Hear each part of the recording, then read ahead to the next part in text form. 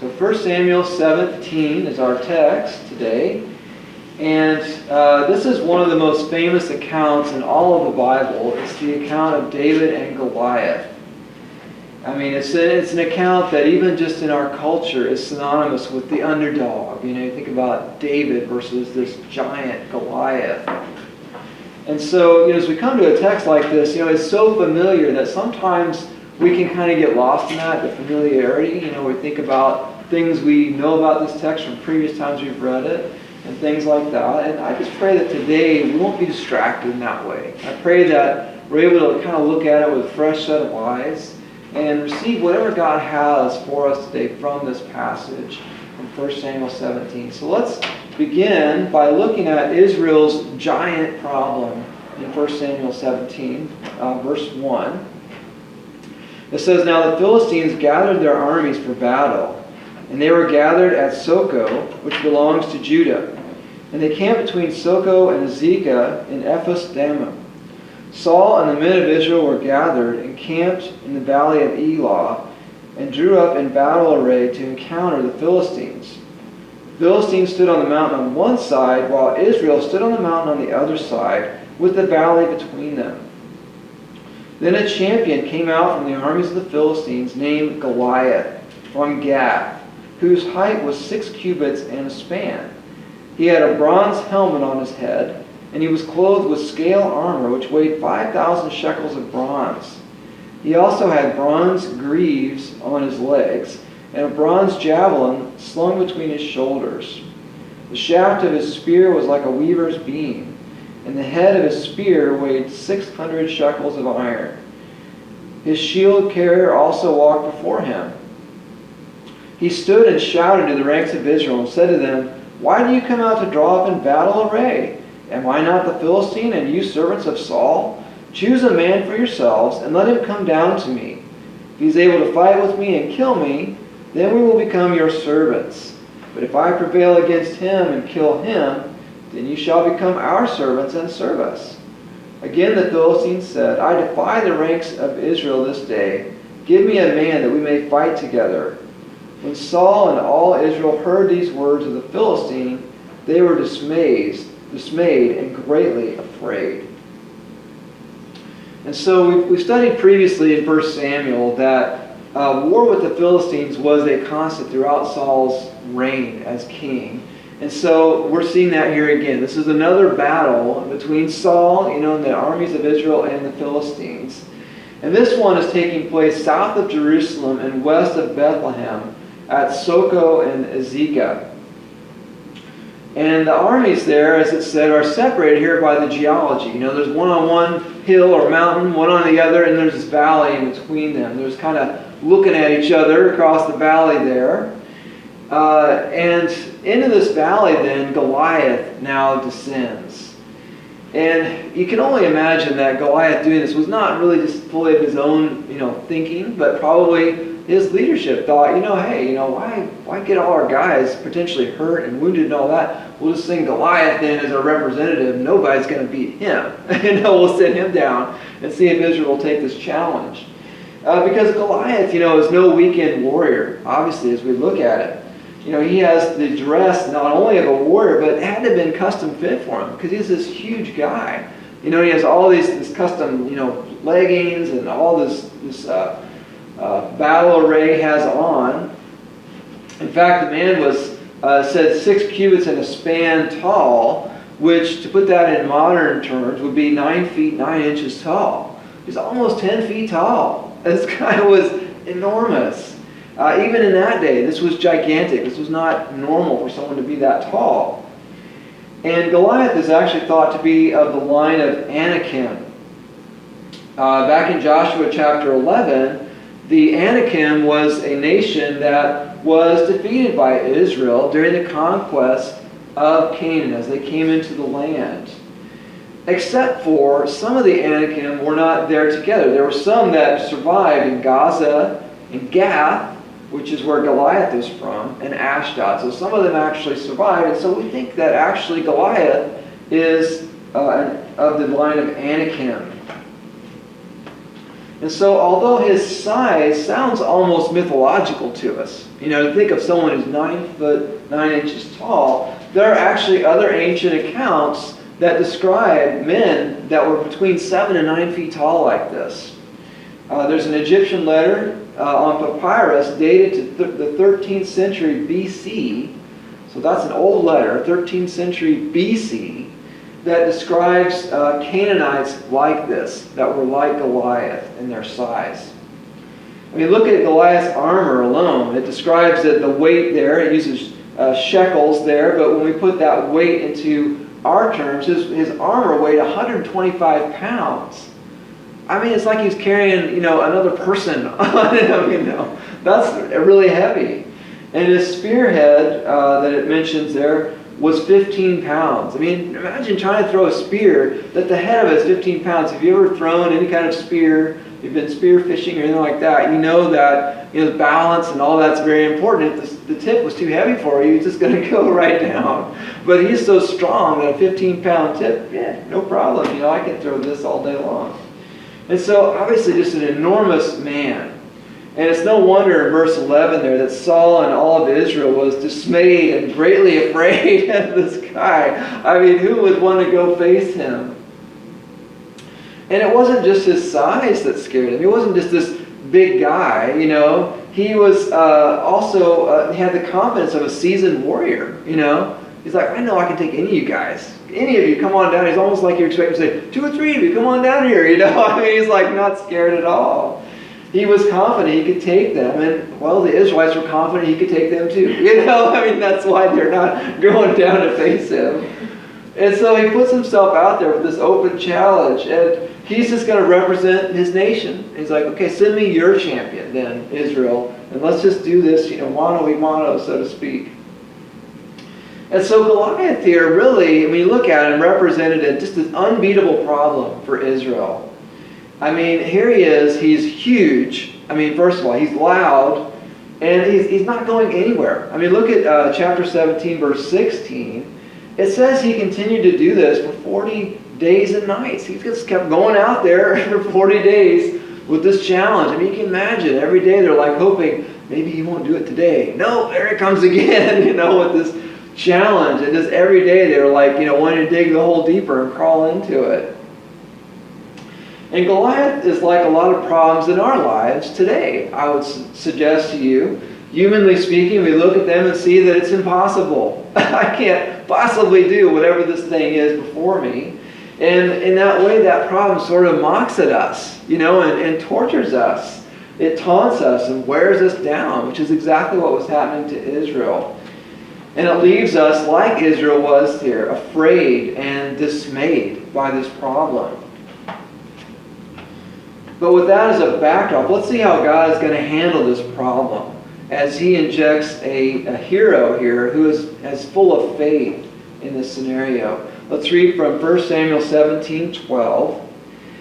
Now David was the son of the Ephrathite of Bethlehem in Judah, whose name was Jesse, and he had 8 sons. And Jesse was old in the days of Saul, advanced in years among men. The 3 older sons of Jesse had gone after Saul to the battle. And the names of his 3 sons who went to the battle were Eliab, the firstborn, and the second to him Abinadab, and the third Shammah. David was the youngest. Now the 3 oldest followed Saul, but David went back and forth from Saul to tend his father's flock at Bethlehem. The Philistine came forward morning and evening for 40 days, and took his stand. Then Jesse said to David his son, take now your brothers an ephah of this roasted grain, and these 10 loaves, and run to the camp to your brothers. Bring also these 10 cuts of cheese to the commander of their 1,000, and look into the welfare of your brothers, and bring back news of them. For Saul and they and all the men of Israel are in the valley of Elah, fighting with the Philistines. And so we get reintroduced here to the family of Jesse. We've already been introduced, but we're introduced again. The eldest 3 sons, which are named there again as they were in the last chapter, are out serving Saul in war. They're in Saul's army. And David is serving Saul also, but he's kind of doing double time. We saw that last time. We didn't realize he was doing double work here, but he's still shepherding for his father. But also now he goes to Saul's home to minister to Saul. Remember, he has this ministry of music with the harp, that whenever Saul has this evil spirit come upon him, calls for David, and David comes in and plays the harp, and that soothes Saul and drives away this evil spirit, which we mentioned is not a normative thing, but it was something God did there through David. We're told here, though, more about Jesse, that Jesse's old. And so we can only foresee there that Jesse is basically too old to go check on his sons himself. And so he wants to send David to check on his sons. And he sends David with this food, and it's kind of neat. He even sends like food for, the commander of them. He sends this cheese for them. It's sort of like he's trying to bribe his way in there, make sure that it's okay that, we come and check on things and then come back. I can't imagine he was really worried about his sons having enough food. I think he was just concerned about how are his sons doing. He wants to know that they're still alive and well, basically. And so he wants David to come back with the news. Let's read a little more from 1 Samuel 17:20. So David arose early in the morning and left the flock with a keeper and took the supplies and went as Jesse had commanded him. And he came to the circle of the camp while the army was going out in battle array, shouting the war cry. Israel and the Philistines drew up in battle array, army against army. Then David left his baggage in the care of the baggage keeper and ran to the battle line and entered in order to greet his brothers. As he was talking with them, behold, the champion, the Philistine from Gath, named Goliath, was coming up from the army of the Philistines. And he spoke these same words, and David heard them. And so we're looking at David as this hero who's this faith-filled hero, which is what we all want to be, is that faith-filled hero. And the first thing we see about David is he's obedient. As the hero here, he's obedient. Notice that his father asked him to go, and he goes. He obeys his father here. David, I would suggest to you, was fit for great things of God because David was faithful with little things that God had for him to do. Little things like honoring and obeying your father. One of the 10 Commandments. He obeyed that, and he did exactly what his father asked him to do. Sometimes believers find themselves frustrated that they're not getting great opportunities for ministry from the Lord. But God is watching to see what we do with those little opportunities that we have, those little chances He offers to us. Jesus told us in Luke 16, verse 10, that someone who is faithful in little things will be faithful in much. And the contrary is true as well. If we're not faithful in little things, we won't be faithful in more things. That's a paraphrase, but you can see that there in Luke 16:10. Those little insignificant things that God offers to us as opportunities for us are actually God's proving ground for us.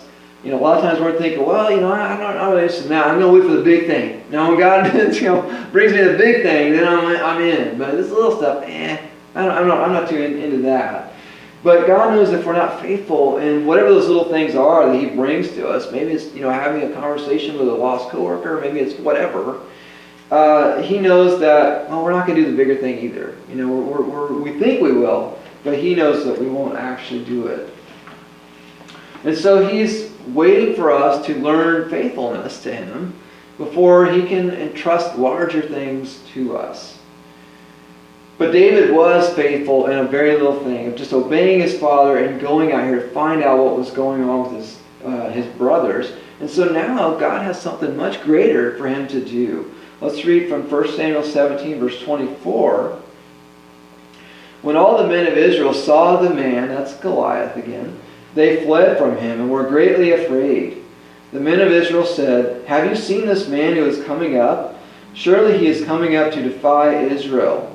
And it will be that the king will enrich the man who kills him with great riches, and will give him his daughter, and make his father's house free in Israel." Then David spoke to the men who were standing by him, saying, "What will be done for the man who kills this Philistine and takes away the reproach from Israel?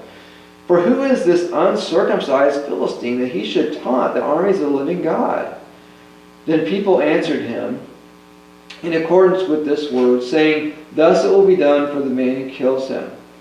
Now Eliab, his oldest brother, heard when he spoke to the men. And Eliab's anger burned against David, and he said, Why have you come down? And with whom have you left those few sheep in the wilderness? I know your insolence and the wickedness of your heart, for you have come down in order to see the battle. But David said, What have I done now? Was it not just a question? Then he turned away from him to another and said the same thing. And the people answered the same thing as before. And so the next thing we see about our faith-filled hero David here is he steps out in faith. That's what he's doing right now, is he's stepping out in faith. We're going to see that unfold more.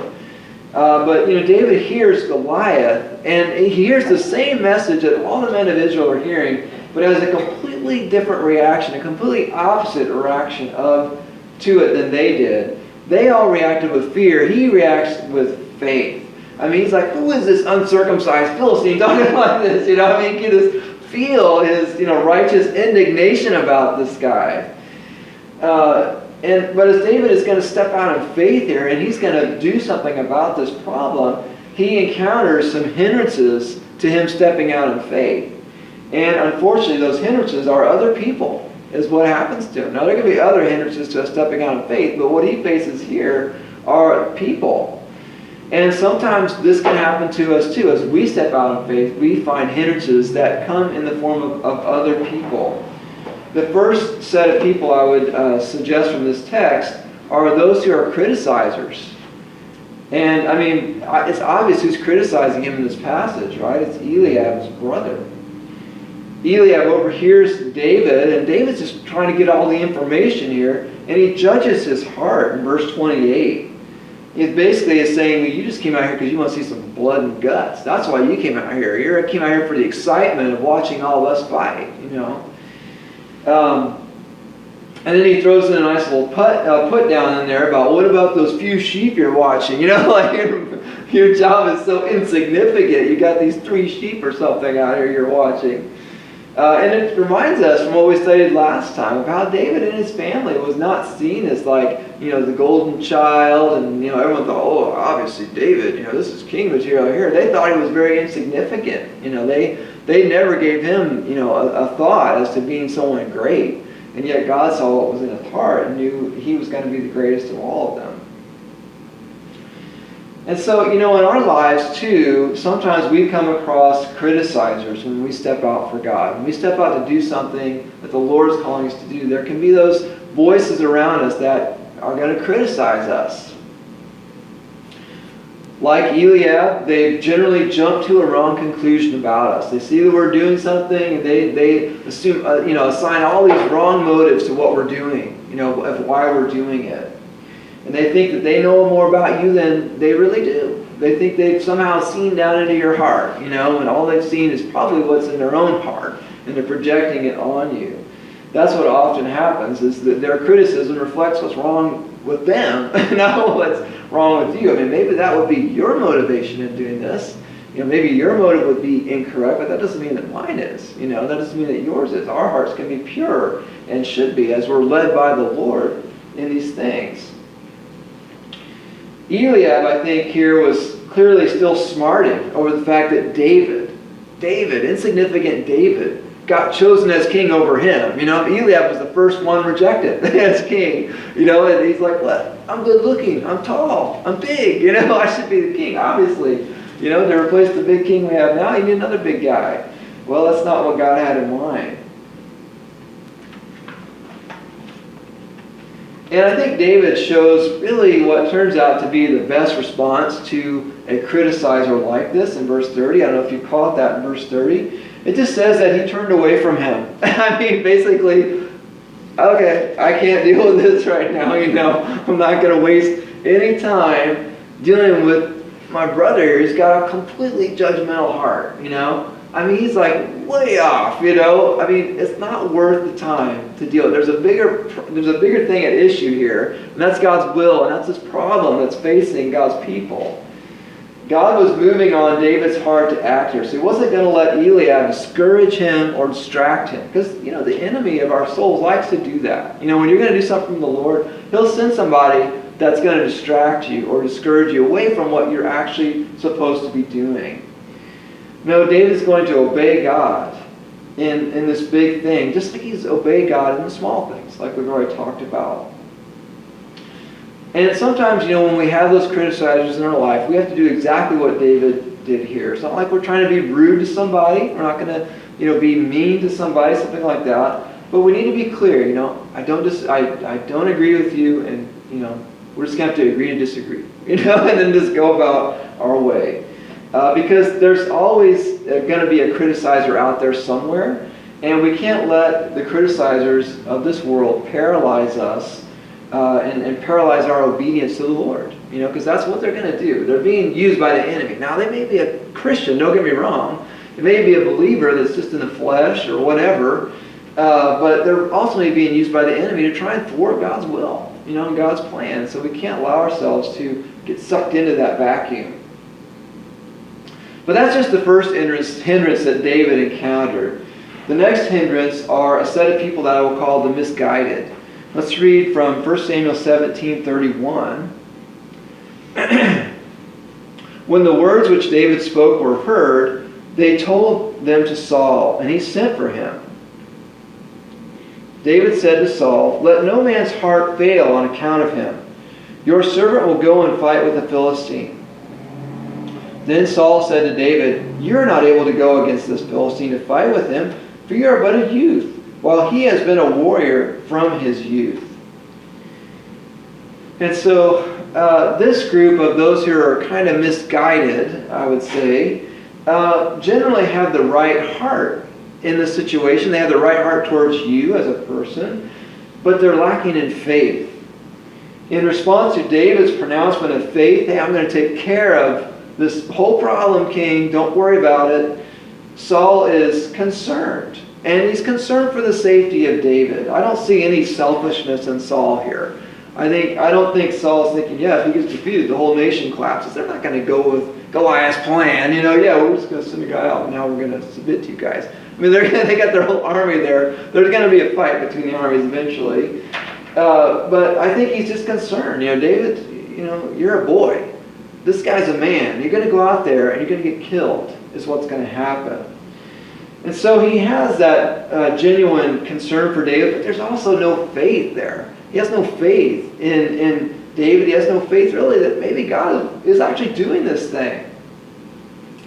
And this is what can happen in our lives. We can find someone around us who are a little bit misguided, in their counsel.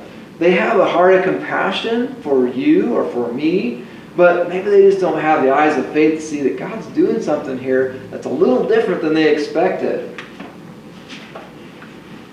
And if you've ever stepped out in faith, especially in something that seemed a little bit, crazy to people, you know what I'm talking about. I remember when I was getting ready to move to Texas, and, there were definitely people in my family that thought I was, crazy, and worried about what's going to happen to me. You're moving out there all by yourself, and stuff and such. And I was in my 20s, so I wasn't, as old as I am now, so a little more concerned, especially my parents.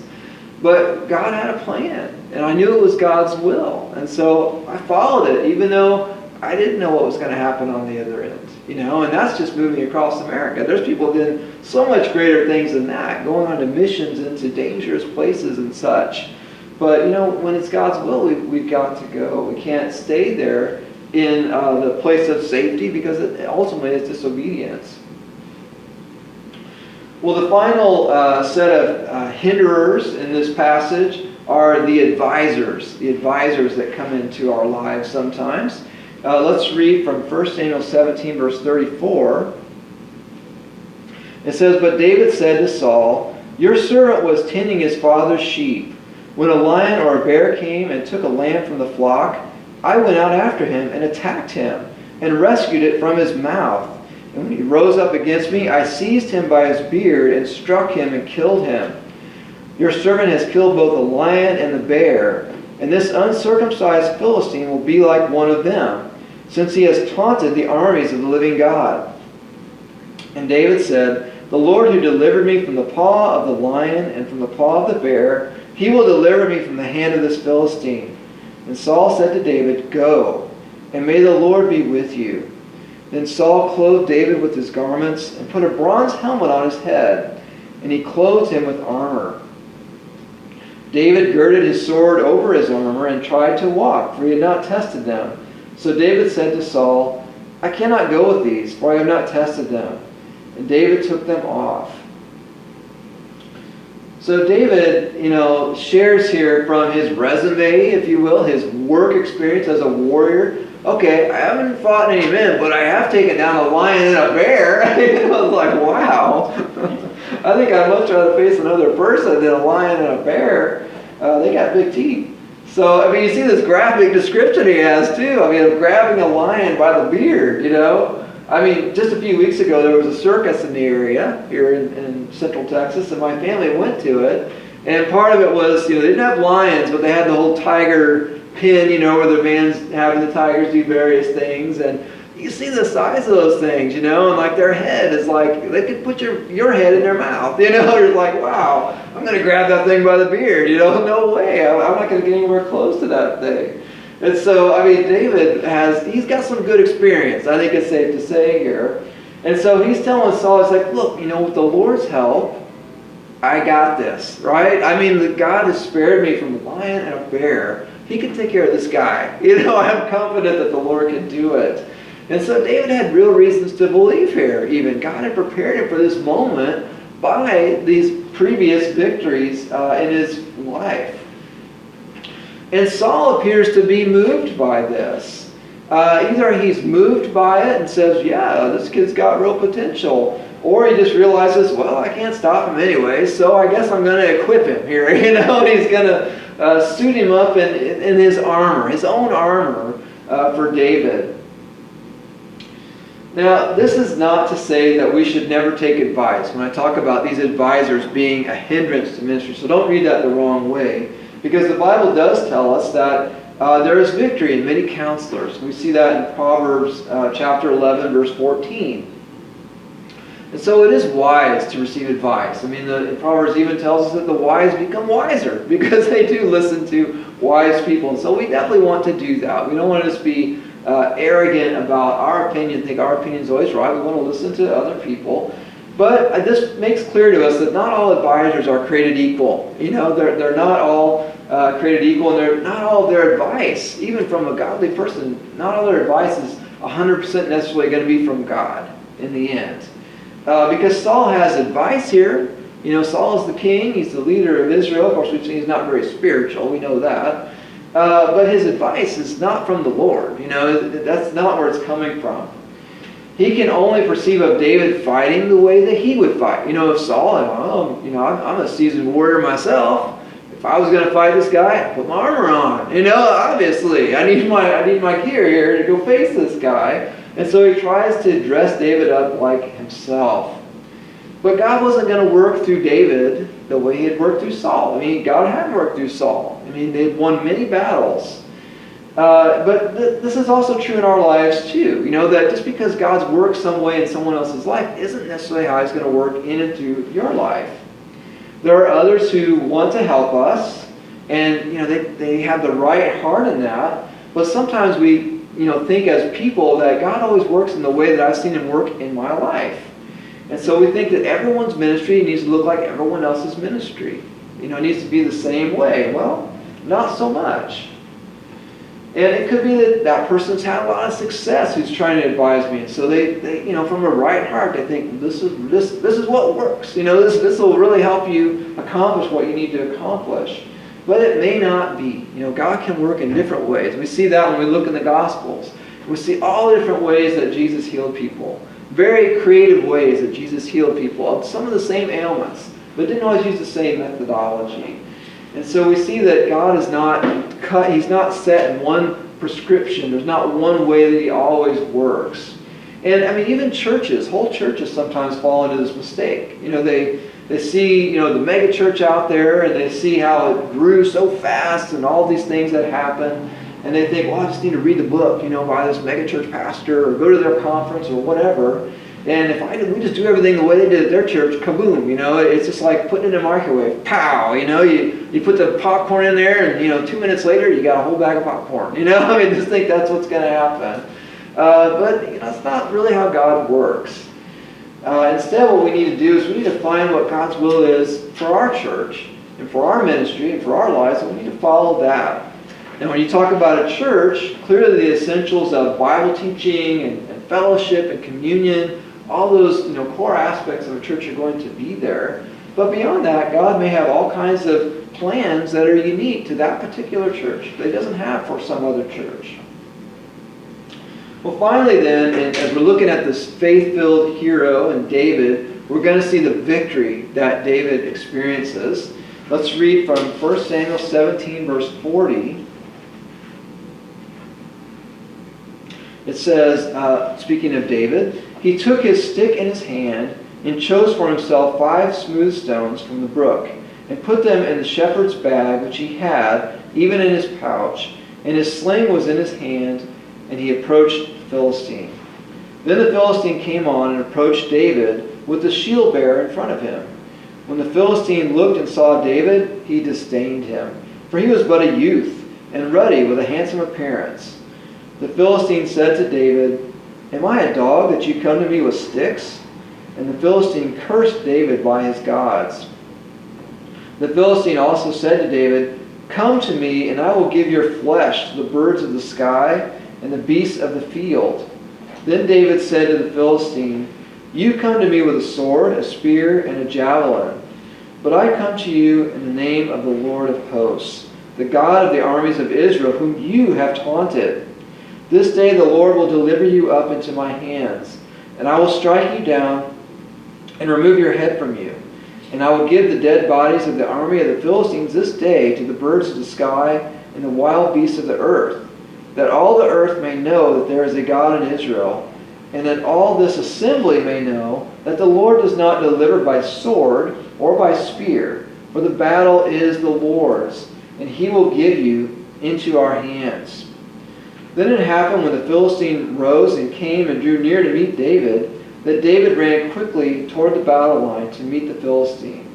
And David put his hand into his bag and took from it a stone and slung it, and struck the Philistine on his forehead. And the stone sank into his forehead, so that he fell on his face to the ground. Thus David prevailed over the Philistine with a sling and a stone, and he struck the Philistine and killed him.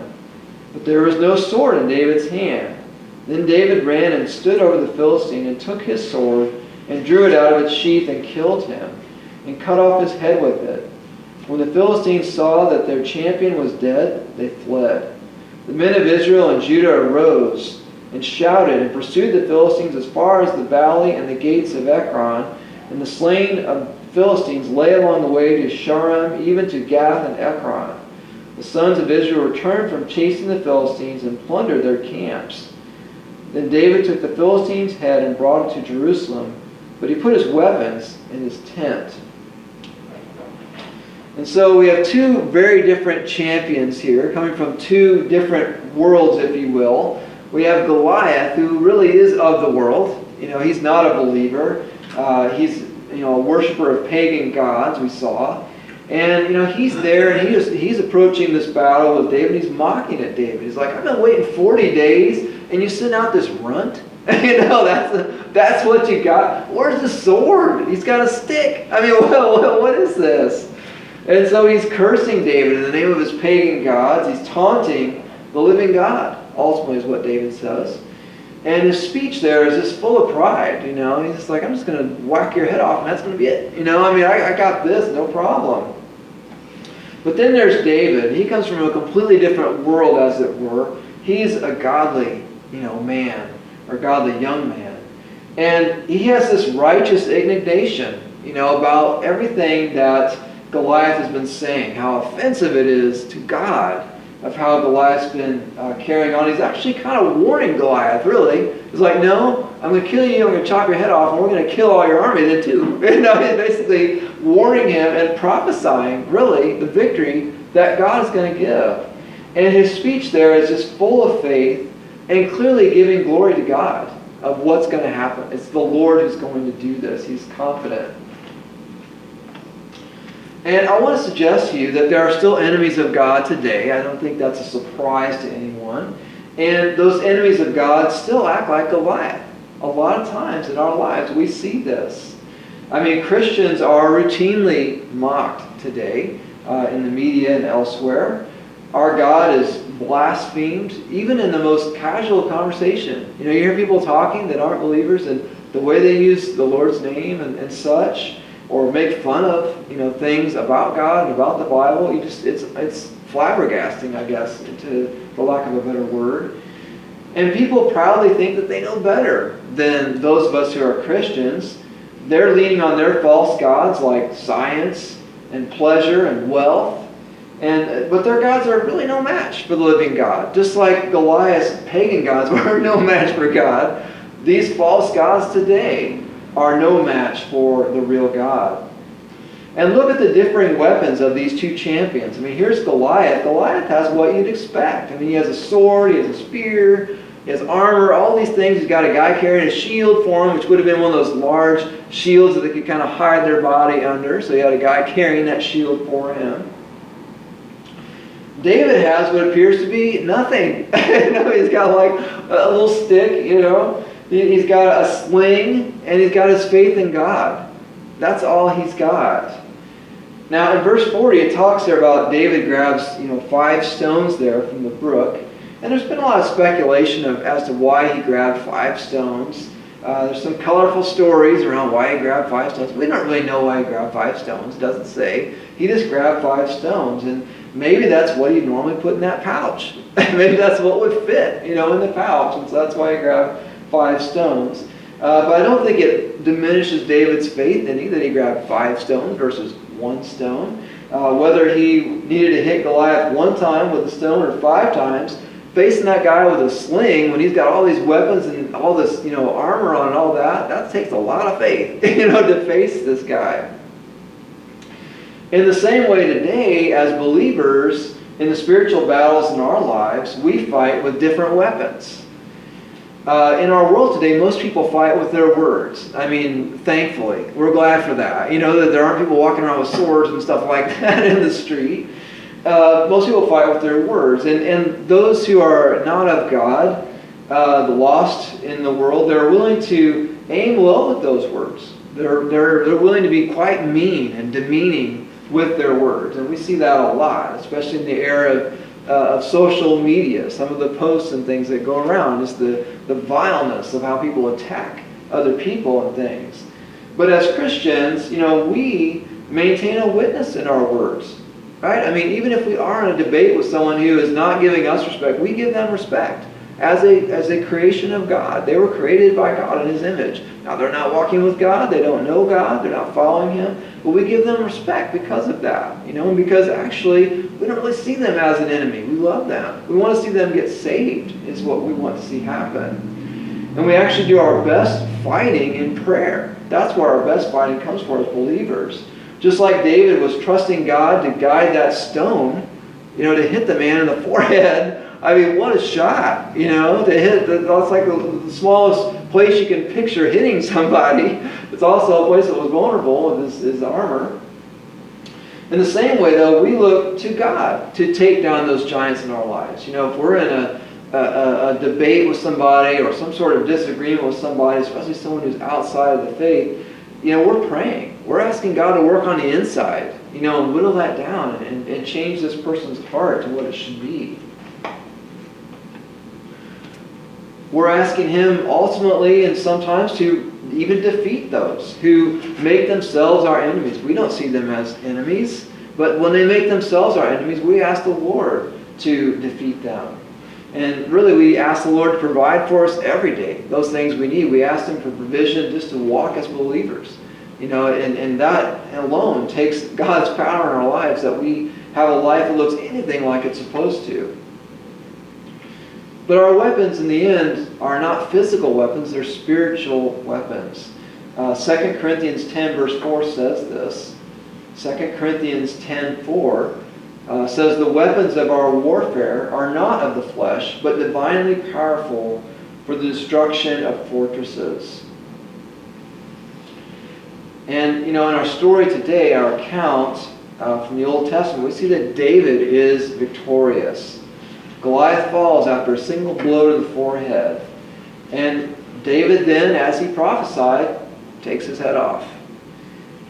And he even keeps his weapons then as booty there. In verse 54, it's kind of interesting. And we're going to see, those weapons come up later on in 1 Samuel 2. Don't you kind of love that, David, that Goliath's armor bearer is just like totally gone in this scene? I mean, how loyal was he to Goliath? David knocks down Goliath and comes over there, casually takes his sword. I mean, where's the guy that had his shield? Or he's going to defend him? No, he's gone. He's out of there. It's like, this kid's crazy. I'm gone. This all also reminds us of Jonathan's victory in chapter 14. Remember how Jonathan had this great victory with his armor bearer.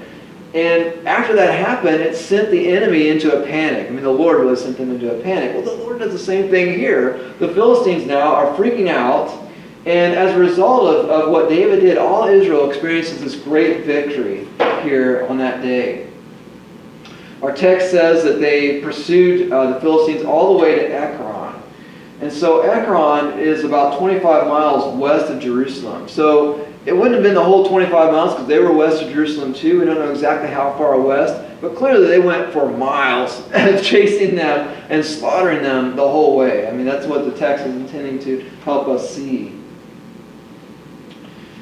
As a result of David's faithfulness there and his victory then, David now is going to be honored as this man of faith that he is. Let's read from 1 Samuel 17:55. Now when Saul saw David going out against the Philistine, he said to Abner, the commander of the army, "Abner, whose son is this young man?" And Abner said, "By your life, O king, I do not know." The king said, "You inquire whose son the youth is." So when David returned from killing the Philistine, Abner took him and brought him before Saul with the Philistine's head in his hand. Saul said to him, "Whose son are you, young man?" And David answered, "I am the son of your servant Jesse, the Bethlehemite." And so it's a little bit gory to us to think about him carrying his head around as a trophy, but I guess he wanted to present it to the king. But look, got him, in case you missed it out there in the field. I got him. Here it is.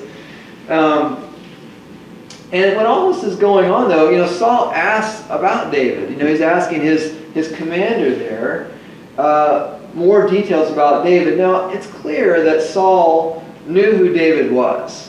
And so this kind of confuses people. Why is he asking about David when he already should know David? I mean, David's the one who comes and plays the harp for him. Our chapters even talked about that.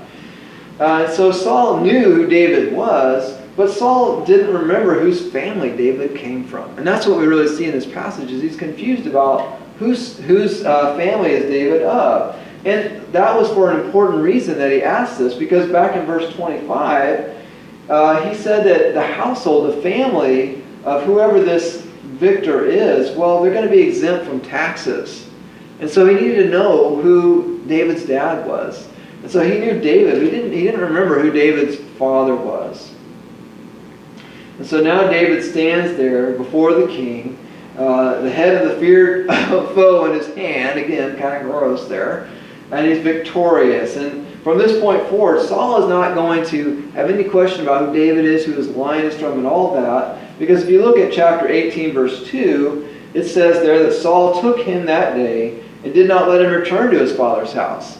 So it basically says, okay, no, you're not going to be doing double duty anymore. This whole shepherding gig is over. Jesse, you can take care of that yourself. I'm taking care of your taxes so you can hire somebody to do this now. And David's going to stay with me at my house. And so, again, this is such an incredible account of David and Goliath. And as we study it today, or as we have studied it, the question that comes to my mind is, what battles are we facing today? What battle are you in today in your life? Is there some problem that you're facing that has you scared and has maybe your loved ones scared? Are you dealing with some person who doesn't fight fair? I mean, all these things are possible and so many others. But I just want to exhort us all to remember that God is still here. God is still here today. Just as he stood with David before Goliath, he's available to you, he's available to me, if we will stand with him. I mean, never forget that it wasn't David that defeated Goliath that day. David would be the first to say it was God that defeated Goliath that day. All David did was believe that God could do it and then allow God to work through him. And so God's available to us in the same way. And so we shouldn't go it alone. We don't want to be, battling in this life with just our flesh and blood, using our own resources. We need to involve God in our problems and make use of the spiritual weapons that are available to us as believers. The scriptures tell us that we should renew our minds.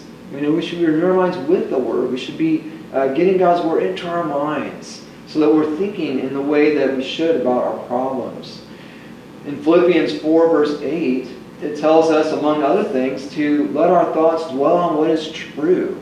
And so often I find that we let our thoughts dwell on what's not true. When we're thinking about our fears and we're thinking about the lies that other people might be telling us, instead of thinking about what's true in this situation, what will God say about this situation? And then, as we said before, that we do the real battle in this life, we do it in prayer. That's where the real battle takes place, is in prayer. Because God is still able to take down giants. I know we all believe that. God is still able to take down giants. So let's let him have the giants in our lives. Let's close with prayer. Lord God, we are so thankful that you care about us and that you see the problems that come our way and those giants in our lives, Lord, that terrify us. And God, help us to just get you into the picture and allow you to defeat those giants, Lord. Help us to see you as the one who's going to solve the problem and not lean on ourselves, but lean on you. And Lord, we just believe you today that you will take down those giants in our lives and you will give us victory. Sometimes that victory looks different than we think, but we trust in you for that victory all the same and for your just sovereign purposes in our life. And we'll give you all the glory for what you do. In Jesus' name.